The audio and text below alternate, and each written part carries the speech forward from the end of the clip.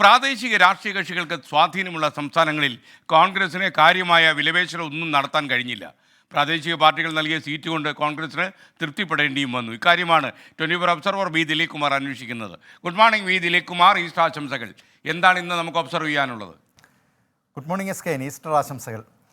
ഇത് പ്രധാനമായും കോൺഗ്രസിനെ സംബന്ധിച്ച് ഈ പ്രാദേശിക പാർട്ടികൾക്ക് സ്വാധീനമുള്ള സംസ്ഥാനങ്ങളിൽ അവർ കോൺഗ്രസ് ഈ പ്രാദേശിക പാർട്ടികൾക്ക് വഴങ്ങേണ്ടി വന്നു സീറ്റ് ധാരണയുടെ കാര്യത്തിലൊക്കെ. അതിൽ മഹാരാഷ്ട്രയിൽ മാത്രമാണ് ഇപ്പോൾ കോൺഗ്രസ് അല്പം മസിൽ കാട്ടി രംഗത്തുള്ളത്. അവിടെ സൗഹൃദ മത്സരത്തിന് 4-5 സീറ്റുകളിലെങ്കിലും സൗഹൃദ മത്സരത്തിന് സംസ്ഥാന ഘടകം തയ്യാറെടുക്കുകയാണ്.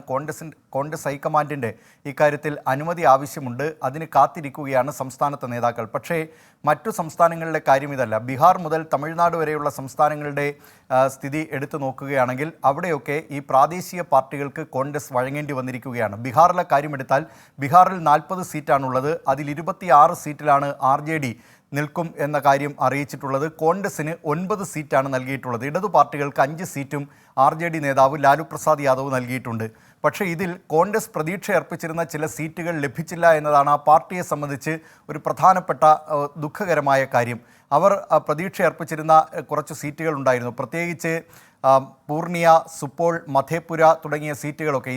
ഈ സീറ്റുകളിൽ കഴിഞ്ഞ തവണ അല്ലെങ്കിൽ അതിനു മുമ്പൊക്കെ കോൺഗ്രസ് മത്സരിച്ചതാണ്. ഇത്തവണ പപ്പു യാദവ് എന്ന് പറയുന്ന നേതാവിനെ, അദ്ദേഹത്തെ കോൺഗ്രസിലേക്ക് കൊണ്ടുവന്നത് തന്നെ അദ്ദേഹത്തിൻ്റെ പാർട്ടിയായ ജൻ അധികാർ മഞ്ച് എന്ന പാർട്ടി കോൺഗ്രസിൽ ലയിക്കുകയാണ് ചെയ്തത്. ആ പാർട്ടിയിൽ ആ ലയന സമ്മേളനത്തിൽ തന്നെ അല്ലെങ്കിൽ ആ ലയനവുമായി ബന്ധപ്പെട്ട ചർച്ചകളിൽ തന്നെ കോൺഗ്രസ് നേതൃത്വം ഉറപ്പു നൽകിയിരുന്നതാണ് ഇത്തവണ പൂർണിയയിൽ അവിടെ പപ്പു യാദവിന് സീറ്റ് നൽകാം എന്ന കാര്യം. പൂർണിയയിൽ നേരത്തെ CPIM നേതാവും അവിടെ MLAയുമായിരുന്ന അജിത് സർക്കാരിനെ കൊലപ്പെടുത്തിയ കേസിലെ പ്രതിയായി ജയിൽവാസം അനുഷ്ഠിച്ചിട്ടുള്ള നേതാവാണ്, ജയിൽവാസത്തിന് വിധേയനായിട്ടുള്ള നേതാവാണ് ഈ പപ്പു യാദവ്. പപ്പു യാദവിന് ആ സീറ്റ് നൽകാമെന്ന് കോൺഗ്രസ് നേതൃത്വം ഉറപ്പു നൽകിയിരുന്നു. പക്ഷേ അവിടെ RJD ആണ് സ്ഥാനാർത്ഥിയെ പ്രഖ്യാപിച്ചിട്ടുള്ളത്. തൊട്ടടുത്ത മണ്ഡലമാണ് സുപോൾ. സുപോളിൽ രഞ്ജിത രഞ്ജൻ, അത് പപ്പു യാദവിൻ്റെ ഭാര്യയാണ്, കോൺഗ്രസ് നേതാവാണ്. നേരത്തെ 2004-ലും 2014-ലും അവിടെ നിന്ന് MP ആയിട്ടുള്ളതാണ്. രഞ്ജിത രഞ്ജനെ അവിടെ മത്സരിപ്പിക്കാമെന്ന് കോൺഗ്രസ് നേതൃത്വം കണക്കുകൂട്ടിയിരുന്നതാണ്. പക്ഷേ അതും നടന്നില്ല. അവിടെയും RJD സ്ഥാനാർത്ഥിയാണ് പ്രഖ്യാപിച്ചിട്ടുള്ളത്. തമിഴ്നാട്ടിലേക്ക് വന്നാൽ തമിഴ്നാട്ടിൽ 4-5 സ്ഥാനാർത്ഥികളെയെങ്കിലും മാറ്റണം എന്നായിരുന്നു നേരത്തെ തന്നെ DMK നേതൃത്വം നിർദ്ദേശിച്ചിരുന്നത്. ചില സീറ്റുകൾ വെച്ചു മാറണമെന്നും പറഞ്ഞിരുന്നു. കഴിഞ്ഞ തവണ കോൺഗ്രസ് ജയിച്ച 2 സീറ്റുകൾ ഇപ്പോൾ DMK നേതൃത്വം ആവശ്യപ്പെട്ടതനുസരിച്ച് വെച്ചു മാറിയിരിക്കുകയാണ്. അത് തിരുച്ചിറപ്പള്ളി, ആരണി സീറ്റുകളാണ്. ഇപ്പോൾ പകരം കൊടുത്തിരിക്കുന്ന സീറ്റുകൾ മയിലാടുതുറയും അതോടൊപ്പം തന്നെ കടലൂരും തിരുനെൽവേലിയുമാണ്.